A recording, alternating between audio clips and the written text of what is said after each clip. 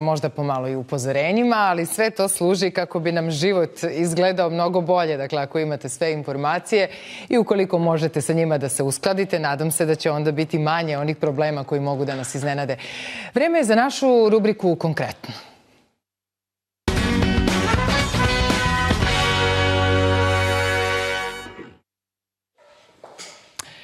Prošle nedelje, u petak, tačnije u Bečeju, policija je uhapsila 14-godišnjaka zbog sumnje da je sa dvojicom dečaka od 12 godina tukao, gušio 86-godišnju meštanku u čiju kuću su ušli u nameri da je opljačkaju.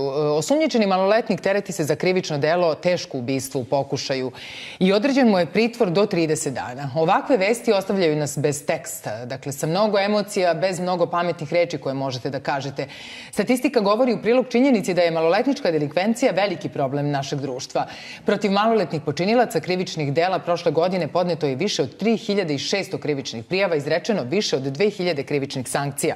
O ovom problemu razgovarat ćemo ovoga jutra sa Kristinom Brajtigam, defektologom i porodičnim psihoterapeutom, i Stevanom Đokićem, on je privatni detektiv. Dobro jutro, dobrodošli u Svitanje. Ovaj strašni slučaj još jednom nas je naježio, još jednom nas je zaustavio u razmišljanju o tome koliko su brutalna postala naša deca. I kada neko sada kaže nisu to sva naša deca, to su tamo neka deca nekih tamo neodgovornih roditelja, a bilo je i takvih komentara prošle nedelje, onda se setite priče iz Novog Sada prošle godine, u decembru 2016. godine smo imali slučaj 12-godišnjaka koji je sa dvojicom svojih vršnjaka zapalio Dragutina Todorčevića, 64 godine, koji je živeo na ulici, beskućnika, i svi se sećamo te strašne priče. Kao porodični psihoterapeut, šta je vaša prva misao o svemu ovome? Dakle, jesu li ovo pojedinačni slučajevi, slučajevi delinkvencije, ili je ovo slučaj našeg društva o kome treba da brinemo na jedan drugačiji način? Dobro jutro za početak. Ovo su veoma ozbiljni problemi i kako se tiču porodice na pojedinačnom nivou, mislim da se tiču i celog društva. Osim što je individualni fenomen, ovo je takođe jedan sociološki fenomen kome svi treba podjednako da obratimo pažnju. S tim da nekako uvek se polazi od same porodice i uvek krećemo od toga šta sam roditelj opaža, i ovo su upravo neke situacije gde ljudi mogu da vide i da se podsete koje su to neke roditeljske veštine na koje treba da obrate pažnju kako bi prosto došlo do prevencije ovakvih situacija u budućnosti. Znate ono kad kažu upalo dete u loše društvo, ili to su te nezgodne godine, tinejdžerski period, izlazak iz porodičnog doma, negiranje porodičnih vrednosti. I nije to novina današnjeg doba. Gospodine Đokiću, vi kao privatni detektiv, pretpostavljam da ste čovek... Dobro jutro, ja prvo da se ispravim, nisam više privatni detektiv, sada sam savjetnik za istrage i bezbednost. Ali imate to dugogodišnje iskustvo? Tako je, da, dugogodišnje iskustvo u tom poslu, i baš smo zbog toga i promenili tu negde neku strukturu naše firme. Konkretno baš ta maloletnička delikvencija. A koga savjetujete? Pa, konkretno radimo dosta sa roditeljima, jer pazite, problematika našeg društva u tome da, vidite, mi za prošlu godinu imamo otprilike negde na nekom dnevnom nivou po 10 izvršenih, da kažemo, krivičnih dela koji pripadaju maloletnicima. Dobro. Uvidjeli smo tu vrstu problematike, krenuli smo u razgovore sa roditeljima. Roditelji nas često angažuju da bi proverili u kakvom društvu se kreće njihovo dete, traže savjete od nas na koji način da ih iskontrolišu i kako da kažem... A kako počinju ovakve stvari? Šta to znači dete upalo u loše društvo? Uvek imate tamo nekog malo bezobraznijeg, malo drskijeg dečaka u društvu koji ima oko sebe te svoje poklonike. Nekako tako funkcionišu ljudi. Jeste, da kažem... Gde se prelazi ta granica? Gde ta deca počnu da budu monstruozna da bi se jedna drugom dokazala ili šta već? Da vam kažem, to nije proces, to je proces, to nije ono preko noći, znate. To traje. I roditelji kada uvide prvu problematiku, prvi neki manji problem tog tipa, onda treba odmah da reaguju. A koji je to manji problem? Šta recimo može da ukaže, šta ste vi to primetili da oni najpre benigno urade, a da može da ukaže ka čemu idu? To su sitne neke stvari koje se dešavaju prvenstveno van kuće. Znači, to je nešto što se dešava u školi, negde sa društvom van škole. Znači, na to mora da se obrati pažnja. Nažalost, ranije vi ste imali situaciju da i škola učestvovala u vaspitavanju dece, toga danas nema. To ste dobro rekli. Sad ću da vam pročitam. Danas sam pronašla u Politici u rubrici Pogledi, koja je, inače, govori o raznim aktuelnim stvarima u našem društvu. Asistentkinja na Odeljenju za sociologiju Filozofskog fakulteta u Beogradu je napisala jedan tekst koji je opširan, ali ja ću samo da izvučem jednu rečenicu koja kaže: praksa, međutim, pokazuje da u kapitalističkom društvu uloga škole je donekle promenjena. Ne ulazeći dalje u tu temu, samo ću napomenuti da se ona pomera više ka obrazovnom, a manje ka vaspitnom polu.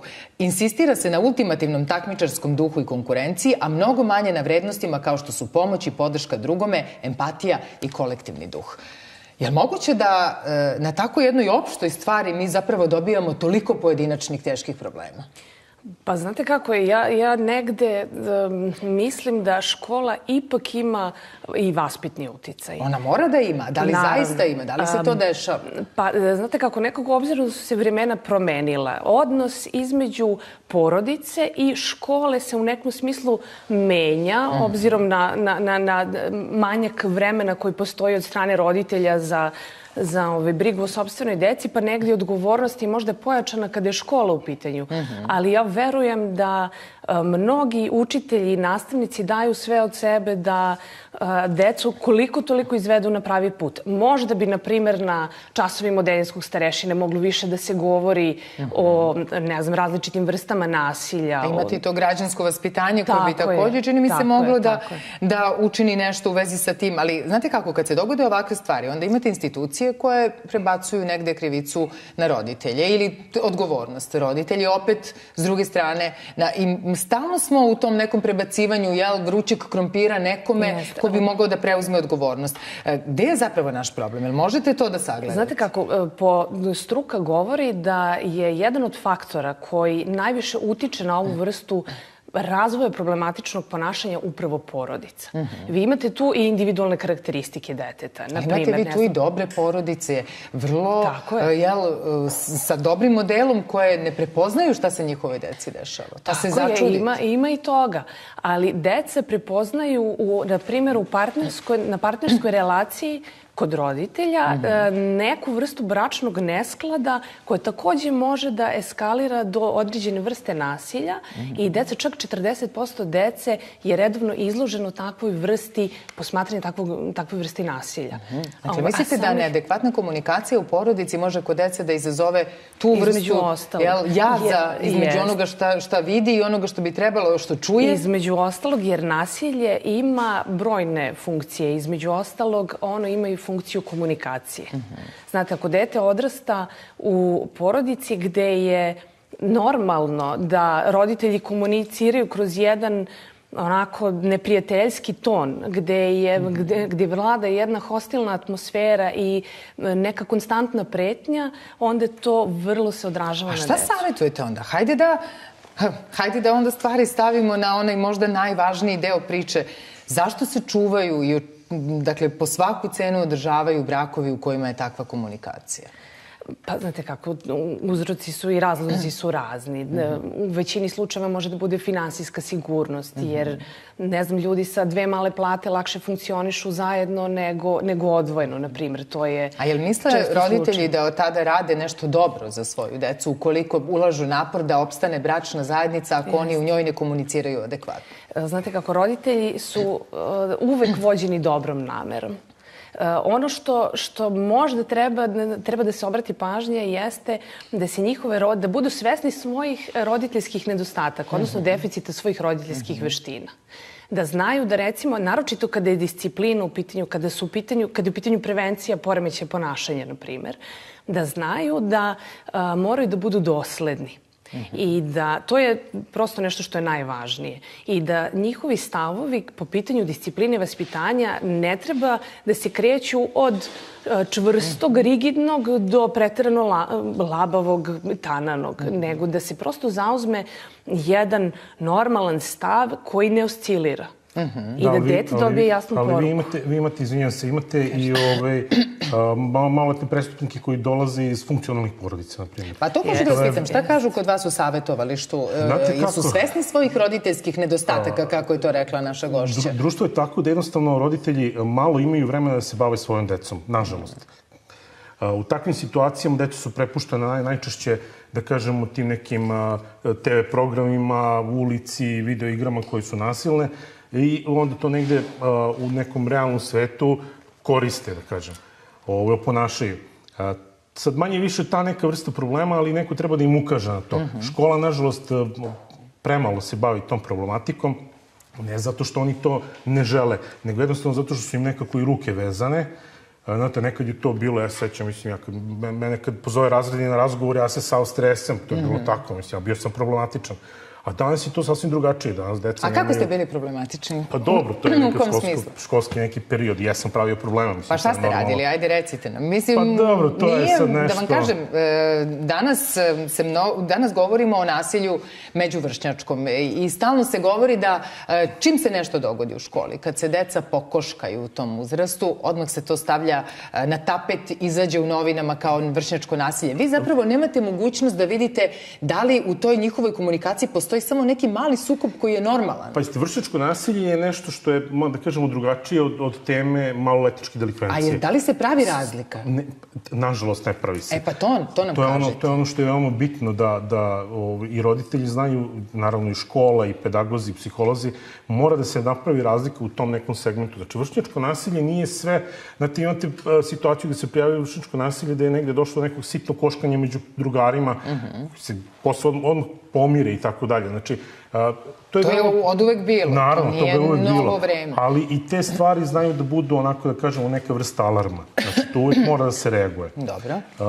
Imate situaciju maloletničke delikvencije, mislim, pomenuli ste ovo što je bilo sa koliko oni imaju 12 godina. Dvojice imaju 12 i jedan ima 14. Taj dečak od 14 godina, on je, dakle, određen mu je pritvor do 30 dana za teško ubistvo u pokušaju. Tako, on podleže krivičnom zakonu, odnosno protiv njega mogu da već budu izrečene neke sankcije. Vi imate zemlje gde je ta granica spuštena na 12 godina, mada to je, opet i kod njih se to neko suđenje odvija malo drugačije. Svakako u toj situaciji, opet kažem, to je proces, oni su pre toga sigurno imali negde nešto što je moralo ljudima da kaže, ovi su problematični, to su problematična deca, dajte malo da se radi sa njima.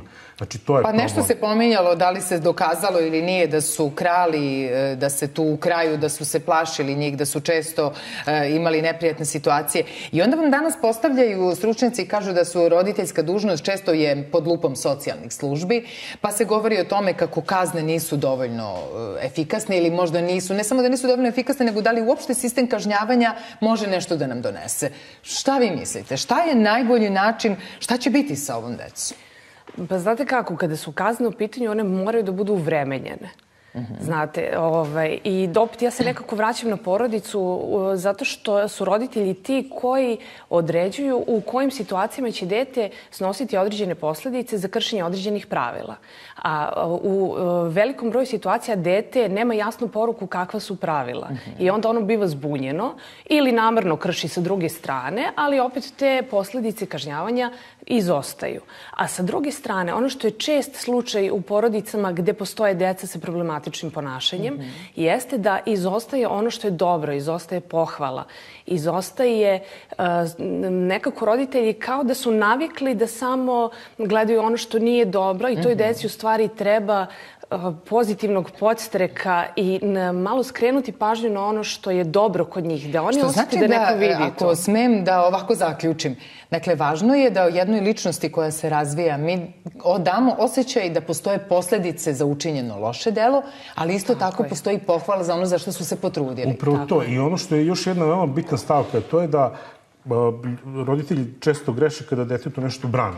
Ok, naravno, treba zabraniti, ali treba dati neku vrstu alternative. Objasniti šta je dobro u tom nekom slučaju. To je jedna stvar. Druga stvar je opet ovo da je obavezno negde da se škola uključi u takvu neku problematiku, odnosno rešavanje te problematike, ali na način da recimo postoji saradnja i sa socijalnim službama i sa policijom.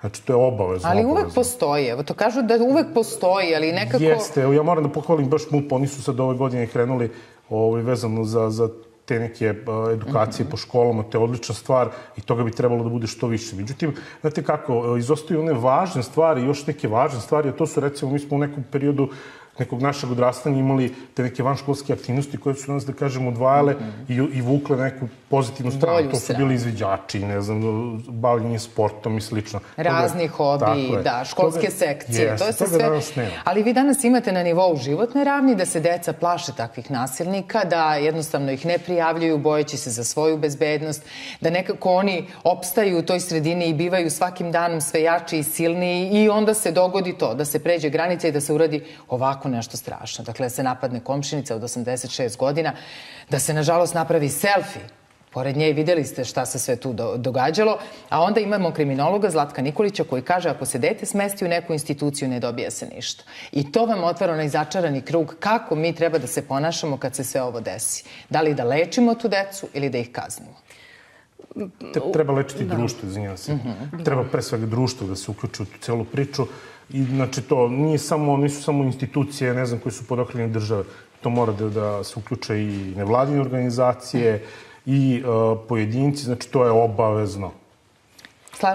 Slažem se, ali opet ja nekako naglašavam da je uloga roditelja ovde neprikosnovena, jer na svakom stadijumu razvoja deteta vi imate neku poruku koju možete da pošaljete koja je vezana za ovaj tip problematike.